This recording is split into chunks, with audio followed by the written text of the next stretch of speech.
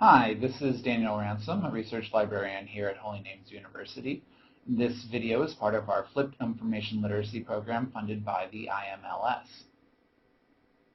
Today we're going to talk about how to cite a website in APA style, one of the most common questions we get at the Research Help Desk.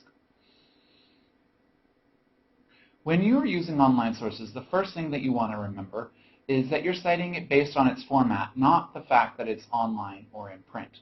In other words, use the most concrete format you can use to describe that particular item. If it's an article from a periodical, even if it's online, you still cite it as if it's an article from a periodical, as described in Chapter 7 of the APA Manual, Section 1. For example, an article from the New York Times that you happen to get from the New York Times website is still an article from a periodical, even though it's online. Same is true for magazine articles and journal articles.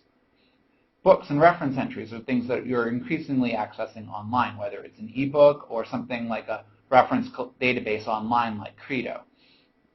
Research reports, technical reports, things like that, those fall under the rules from 7.03. Again, the most concrete way of describing it, whether it's online or in print, is the way that you should format the citation. There is one rule set that often confuses people. It's 7.11, described as other online communities. That's something that you should only use when no other category applies. Here's an example. WebMD, commonly used, easily found when searching Google for information, very popular with the public. It's not exactly a scholarly source, but you may find yourself using it. Now, does it fit our description of an article from a periodical? Well, a periodical is a regularly recurring publication, a newspaper, magazine, or journal.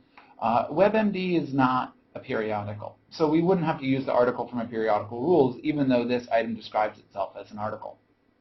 Is it an entry from a book or an ebook, or a reference item? Those are both described in Chapter 7, Section 2. This doesn't fit that description. Is it a technical or research report? Well, this isn't publishing any original research. It's just describing alternative therapies in this example. It doesn't qualify as a technical or research report. Some of the other categories described in Chapter 7, meetings, dissertations, reviews, audiovisual media, data sets, unpublished materials, archival materials. This doesn't fit any of those other categories either. So this is an example of something where we would use that 7.11 other online communities. So when we are using that format, how do we do it? Well, the author goes first, just like in other materials, author, comma, and the author's initial separated by a space. The year, the month, and the day. There are some citation styles, such as journal articles, where they're only asking for the year to go in the parentheses. With online materials, they do prefer you to use the year, comma, month, day. Then you put in the title of the post. In brackets, you're supposed to describe the format. I'm going to go into more detail about that in a moment. And then retrieved from, and the URL that you copy from the browser bar. So to go back to our WebMD example, the author is WebMD. They're not crediting anyone else. It does say reviewed by in somebody's name, but that's not the same as authorship. 2012. I don't have a month or day. They don't provide it. It does have a copyright date, so I'm going with that.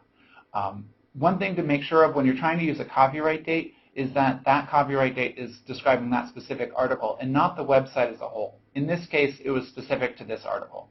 Menopause and Alternative Therapy is the title of the article, and then the URL, retrieved from. I didn't put in a description of the format, and I'll explain why. According to the APA style blog, you are supposed to use format description in brackets when the format is something out of the ordinary. Some of the examples that they mention are blog posts or lecture notes, things like that. WebMD is about as common a style website as you can find, so I didn't feel that that merited a specific format description. Here is my citation for that APA style blog.